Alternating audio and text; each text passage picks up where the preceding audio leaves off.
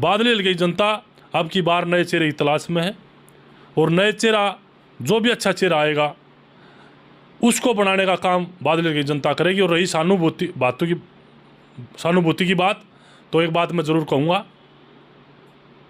हमारे लोग कहते हैं कि भाई 2 बार लिया, एक मौका इसने भी दे दो, कि 2024 का चुनाव जो विधानसभा का होगा उसमें बादली विधानसभा क्षेत्र की बहादुर जनता एक बहुत बड़ा बदलाव करने जा रही है।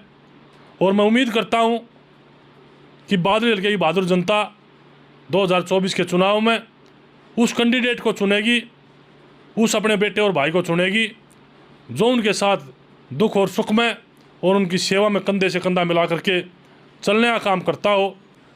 और मैंने पहले भी बोल दिया था कि मैंने 2024 का चुनाव विधानसभा का डंके की चोट पर लड़ना है। अगर आज भारतीय जनता पार्टी मेरे को चुनाव लड़ने कहती है, अगर आप चुनाव लड़ो और भारतीय जनता पार्टी में आओ, तो मैं कह सकता हूँ मेरे को इनकार नहीं।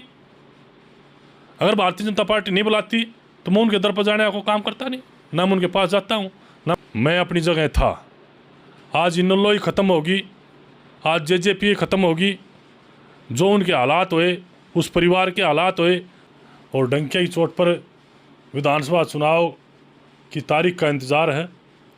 और जिस दिन तारीख आएगी, लागू होगा चुनाव, उसी दिन डंके की चोट पर बादली हल्के से चुनाव लड़ने का काम करेंगे। भारतीय जनता पार्टी को पता है कि 19 में भी आपकी हार हुई थी और 24 में भी मैं कह सकता हूँ दावे के साथ कि भारतीय जनता पार्टी वही हालात रहेंगे। अगर भारतीय जनता पार्टी टिकट बदलती है, चुनाव लड़ाने का प्रयास करती है, तो मैं दावे के साथ कहता हूँ मेरी इच्छा है, मैं चुनाव लड़ सकता हूँ। और जिसका राज आएगा, जनता हमारे को आशीर्वाद देगी और जिसकी भी सरकार बनेगी और लोग वोट दे करके एमएलए बनाएंगे, हम उस सरकार के साथ जाएंगे और उस सरकार का सहयोग करेंगे। और हरियाणा प्रदेश में जो मुख्यमंत्री बनेगा उस सरकार के साथ रह करके बादली हल्के की जनता की सेवा करने का काम करेंगे। हरियाणा के बादली हल्के की राजनीति संजय कबलाना के पत्ते खोलने का पिछले काफ़ी दिनों से इंतजार कर रही है, लेकिन संजय कबलाना है कि जनता के इंतजार के बावजूद भी अपने राजनीतिक पत्तों को न तो खोल रहे हैं और न यह क्लियर कर पा रहे हैं कि आखिर राजनीति में और आने वाले विधानसभा चुनाव में उनकी स्वयं की राजनीति क्या होगी। इन्हीं बातों को जानने के लिए आज हमने अपने स्टूडियो पर आमंत्रित किया है संजय कबलाना जी को। संजय कबलाना जी, आपका हरियाणा टॉप में स्वागत है। आपका भी बहुत बहुत धन्यवाद और आपके दर्शकों को भी मेरा नमस्कार, उनको भी बहुत बहुत धन्यवाद। संजय जी, लंबे समय से जब से आपने जेजेपी छोड़ी है, बादली हल्के के लोग आपके राजनीतिक पत्तों के खुलने का इंतज़ार कर रहे हैं, लेकिन आप उन पत्तों को न तो क्लियर कर पा रहे हैं और न उनको दिखा पा रहे हैं कि आपकी राजनीति आगामी समय में क्या होने वाली है। देखिए, आप पत्रकार साथी हैं, आप लोगों ने सवाल किया कि आप जेजेपी छोड़ने के बाद में अपने पत्ते नहीं खोल पा रहे। एक बात तो मैं कहना चाहूँगा कि पहले भी प्रथम जी आपने मेरा इंटरव्यू लिया था और मैंने पहले भी बोल दिया था कि मैंने 2024 का चुनाव विधानसभा का डंके की चोट पर लड़ना है। और रही पत्ते की बात, न तो पत्ते मेरे पास ऐसे कोई है नहीं जो खोलने पड़े। मैंने तो स्वयं अपने पत्ते खोल रखे हैं जनता के सामने, बादली हल्के के सामने। बादली हल्के की जनता, बहादुर जनता ने, मेरे बुज़ुर्गों ने, नौजवान साथियों ने, मातृशक्ति ने, बहनों ने, सबको पता है कि संजय कबलाना अपने 24 के चुनाव की तैयारी में लगे हुए हैं और डंके की चोट पर विधानसभा चुनाव की तारीख का इंतज़ार है। और जिस दिन तारीख आएगी, लागू होगा चुनाव, उसी दिन डंके की चोट पर बादली हल्के से चुनाव लड़ने का काम करेंगे। संजय जी, एक सवाल मेरा सबसे पहले आपसे, वो तो मैं कर चुका जो आपसे मैंने पूछना था, लेकिन अब सवाल मेरा ये है कि एक किसान परिवार में जन्म लिया था आपने, गौ भक्त आपके पिता थे, तो राजनीति में आने का एकदम आपका ये निर्णय कैसे हुआ?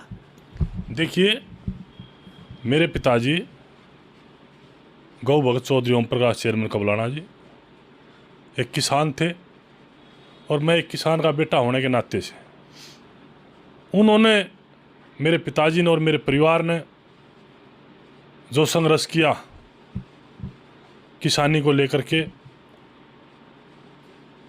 उन्होंने के संघर्ष से, उस संघर्ष से मेहनत करके मेरे पिताजी 2 बार गांव के सरपंच रहे, 2 बार ब्लॉक समिति चेयरमैन रहे, बैंकों के डायरेक्टर रहे मेरे पिताजी, और जाट संस्था रोहतक के वाइस प्रेसिडेंट रहे।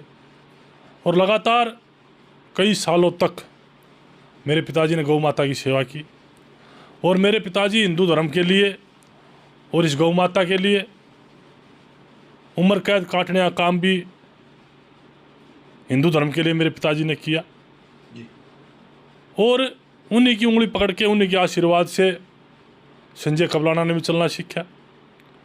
और उन्हीं ने मेरे को राजनीति में सेवा करने के लिए, समाज की सेवा करने के लिए, उन्हीं ने मेरे को राजनीति में डाला और उन्हीं ने मेरे को आगे बढ़ाने का काम किया। उसी समय से मैं भी अपनी सोच को लेकर के, अपने पिताजी के आशीर्वाद को लेकर के जनता के बीच में जाने लगा, जनता का आशीर्वाद प्राप्त करने लगा।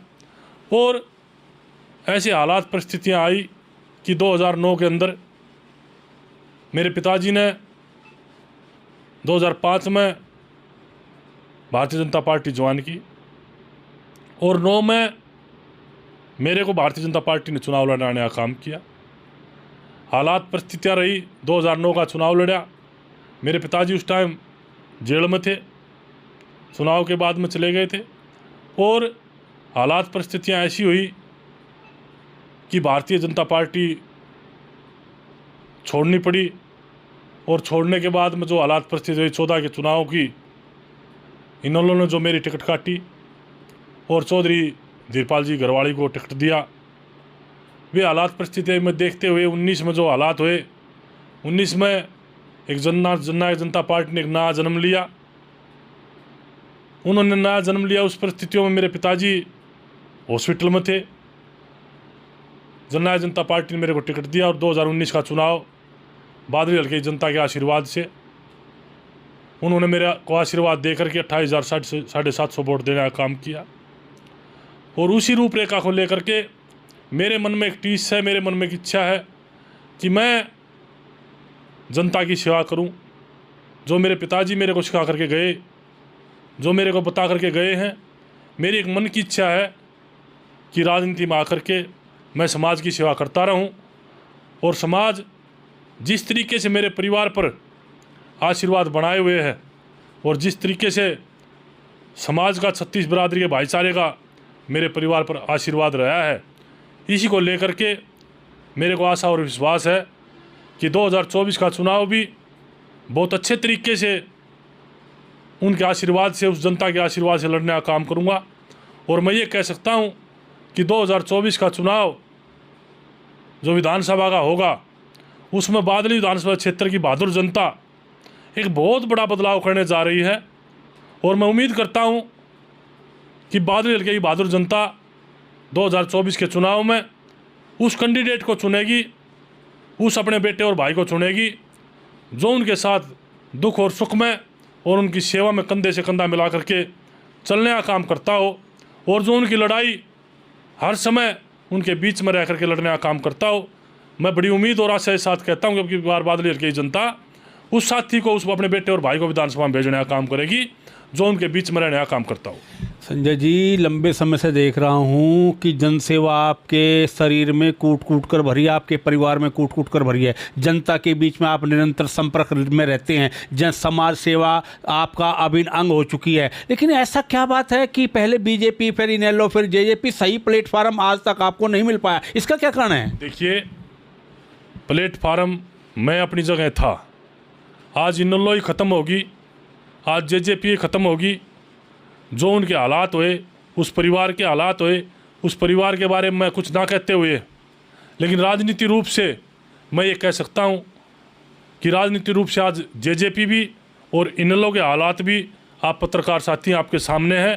उन्हीं हालातों को देखते हुए हमने भी ये निर्णय लेना पड़ा कि आज उनके पास ही कुछ नहीं है जिनके पास हम बैठे हैं, तो हम जनता की क्या सेवा कर पाएंगे। उसी बात को लेकर के एक मन में एक भावना है कि मैं एक अच्छा जिस तरीके से सेवा हम कर रहे हैं, पूरा परिवार लगा हुआ है, उस सेवा को पूरा फलरूप स्वरूप दे करके जनता के बीच में एक इंडिपेंडेंट के रूप में हम जाएं और जनता हमारे को आशीर्वाद दे, और जिसका राज आएगा जनता हमारे को आशीर्वाद देगी, और जिस की भी सरकार बनेगी और लोग वोट दे करके एमएलए बनाएंगे, हम उस सरकार के साथ जाएंगे और उस सरकार का सहयोग करेंगे। और हरियाणा प्रदेश में जो मुख्यमंत्री बनेगा उस सरकार के साथ रह करके बादल हल्के की जनता की सेवा करने का काम करेंगे। किसी पार्टी ने आपसे संपर्क किया अभी तक? आपने किसी से किया हो? देखिए, कांग्रेस पार्टी जिस टाइम लोकसभा चुनाव था भरपूर प्रयास में लगी हुई थी, लोकसभा के चुनाव में भारतीय जनता पार्टी भी लगी हुई थी, लेकिन जो चीज़ मेरे मन में थी वे चीज़ न कांग्रेस दे पा रही थी न भारतीय जनता पार्टी दे पा रही थी। उसी हालात को देखते हुए हमने एक निर्णय लिया कि इंडिपेंडेंट रहो, और जिस साथी जो लोकसभा हम चुनाव जीते, लोगों ने, जनता ने अच्छा फैसला लिया। जो दीपेंद्र हुड्डा जी को जिताया जनता का फैसला था, लोगों का मन बनाया हुआ था, लोगों ने अपना फैसला ले करके आदरणीय चौधरी दीपेंद्र हुड्डा जी को जिताया, अपना आशीर्वाद दिया, अपना प्यार दिया। आज उसी रूप को लेकर के आने वाला विधानसभा चुनाव है, वे लोकसभा चुनाव के जो मुद्दे होते हैं वे अलग होते हैं, और विधानसभा चुनाव के जो मुद्दे होते हैं वे अलग होते हैं। विधानसभा के चुनाव के जो मुद्दे हैं उन मुद्दों को लेकर के हम चुनाव के बीच में जाएंगे, और 24 का चुनाव बादल हल्के से डंके की चोट पर लड़ने का काम करेंगे। चुनाव एक तरह से दहलीज पर आकर के खड़ा हो गया है। कभी भी आचार संहिता लग सकती है, कभी भी चुनाव की घोषणा हो सकती है। जो बादली हल्के में जो चर्चाएं हैं उसमें एक ही सीटिंग गेटिंग का फार्मूला कांग्रेस अपनाती है, तो वहाँ तो लगभग कुलदीप बस की टिकट फाइनल है, जिस तरीके के हालात हरियाणा में देखे जा रहे हैं। लेकिन ऐसा भी सुनने में आ रहा है, पब्लिक की आवाज़ है, ये जनता की आवाज़ है कि यदि भाजपा आपको लपक लेती है तो चुनावी परिणाम कुछ और ही होंगे वहाँ पर, ऐसा भी जनता में चर्चा है। देखिए, ये भारतीय जनता पार्टी का फैसला है। अगर आज भारतीय जनता पार्टी मेरे को चुनाव लड़ने कहती है, अगर आप चुनाव लड़ो और भारतीय जनता पार्टी में आओ, तो मैं कह सकता हूँ मेरे को इनकार नहीं। अगर भारतीय जनता पार्टी नहीं बुलाती तो मैं उनके दर पर जाने का काम करता नहीं, ना मैं उनके पास जाता हूँ, ना मैं कांग्रेस के पास जाता हूँ। आज सबको पता है कांग्रेस में बहुत कैंडिडेट है जो टिकट मांगने वाले, आप अच्छी तरह से देख रहे हो। शायद मेरे आइडिया से 16-17 साथियों ने, कांग्रेस के साथियों ने अपना फार्म भरने का काम किया है। 17 साथियों ने, 17 साथी टिकट मांग रहे हैं। आज भारतीय जनता पार्टी में बात करूं तो भारतीय जनता पार्टी को पता है कि 19 में भी आपकी हार हुई थी, और 24 में भी मैं कह सकता हूं दावे के साथ कि भारतीय जनता पार्टी वही हालात रहेंगे। अगर भारतीय जनता पार्टी टिकट बदलती है, चुनाव लड़ाने का प्रयास करती है, तो मैं दावे के साथ कहता हूँ मेरी इच्छा है, मैं चुनाव लड़ सकता हूँ। अगर भारतीय जनता पार्टी नहीं लड़ाएगी तो मैंने बता दिया आपको पत्रकार साथियों, और मैं पहले से ही बता रहा हूँ कि मैं निर्दलीय चुनाव लड़ूंगा, डंके की चोट पर लड़ूंगा, इंडिपेंडेंट चुनाव लड़ने का काम। प्लस पॉइंट तो एक और भी जाता है आपके लिए कि जिस तरीके से मैं देखता हूं कि लगातार संपर्क में है जनता के आप, तो एक बेचारा वाली संज्ञा भी, वो भी एक आपके ऊपर पूर्ण तरह से लागू होती है, क्योंकि जनता की में सहानुभूति की बहुत होती है, और जनता ये मान चुकी है कि संजय के साथ बार बार एक तरह से अन्याय हुआ है। यदि जनता एक बार संजय को अगर जाए, एक बार उसकी दावेदारी दे करके और उसकी ताजपोशी कर दी जाए, तो निश्चित रूप से बादल हल्के के चुनावी समीकरण कुछ और होंगे। देखिए, आज मैं कह सकता हूं दावे के साथ कि बादली हल्के की बहादुर जनता के पास आज कोई अच्छा चेहरा सामने नहीं है। आज जो चेहरे बादली हल्के जनता के सामने हैं, जो कैंडिडेट हैं, चाहे कांग्रेस पार्टी के हों चाहे बीजेपी पार्टी के हों, उनके हालात सबको पता है, और उन चेहरों को बादली हल्के की जनता आज जिस रूप से देख रही है वो बादली हल्के की जनता खूब अच्छी तरह जानती है। बादली हल्के की जनता अब की बार नए चेहरे की तलाश में है, और नए चेहरा, जो भी अच्छा चेहरा आएगा उसको बनाने का काम बादल हल्के की जनता करेगी। और रही सहानुभूति की बात, तो एक बात मैं ज़रूर कहूँगा, हमारे लोग कहते हैं कि भाई 2 बार लिया, एक मौका इसने भी दे दो। और मैं बादल हल्के की जनता से अपील और प्रार्थना करता हूँ कि 2 बार चुनाव मैं भी हार लिया, और बादल हल्के की जनता से अपील और प्रार्थना करता हूं कि बादल हल्के की जनता एक मौका अपने बेटे और अपने भाई को भी दे करके देखे। आप लोगों ने सबको बनाया, चाहे मैं कुलदीप की बात करूं, चाहे ओम प्रकाश धनखड़ की बात करूं, और चाहे पहले आने वाले जो लोग एमएलए रहे उनकी बात करूं। मैं तो एक अपील प्रार्थना करता हूं बादल हल्के की जनता से कि एक बार अपने बेटे और अपने भाई को आशीर्वाद देने का काम करें। और मैं ये कह सकता हूँ दावे के साथ कि विधानसभा में आप अपने बेटे और अपने भाई को आशीर्वाद दोगे तो बादली हल्के की जनता का विकास करने का काम करेंगे, युवाओं को रोजगार देने का काम भी करेंगे। और बादली हल्के के नौजवान साथी और ये हरियाणा प्रदेश में जो नौजवान साथी नशे की तरफ भाग रहे हैं उनको बचाने का काम भी करेंगे। और एक बात मैं और कहना चाहता हूँ, जो हरियाणा प्रदेश क्राइम की तरफ बढ़ रहा है, ईमानदारी से कहना चाहता हूँ इस बादली हल्के की जनता के आशीर्वाद से कि बादली हल्के की जनता बादली हल्के से इस क्राइम का भी सोपड़ा साफ करने का काम करेंगे। और हरियाणा प्रदेश में भी जो क्राइम दिन दोगुनी रात चौगुनी सर चढ़ के बोल रहा है उस क्राइम को भी ख़त्म करने का काम करेंगे अगर लोगों ने आशीर्वाद देने का काम किया तो ये थे संजय कबलाना, जिन्होंने स्पष्ट ताल ठोकी है बादली हल्के में कि चाहे मुझे निर्दलीय ही लड़ना पड़े, मैं हर हाल में चुनाव लड़ूंगा। और एक स्लोगन के साथ अपनी बात रखी है कि अब की बार ना बहलाना, केवल आपका बेटा संजय कबलाना। इन्होंने स्पष्ट रूप से कहा है कि मैं फसल और नस्ल को बचाऊंगा, हल्के के लिए रोजगार स्थापित करूंगा। और जो आज बादली हल्का नशे की चपेट में आ चुका, हमारा युवा वर्ग नशे की चपेट में आ चुका, उसको बचाने का प्रयास करूंगा। और बादली हल्के का विकास जो है वो मेरी प्राथमिकता होगी। हरियाणा टॉप के लिए झज्जर से प्रथम शर्मा।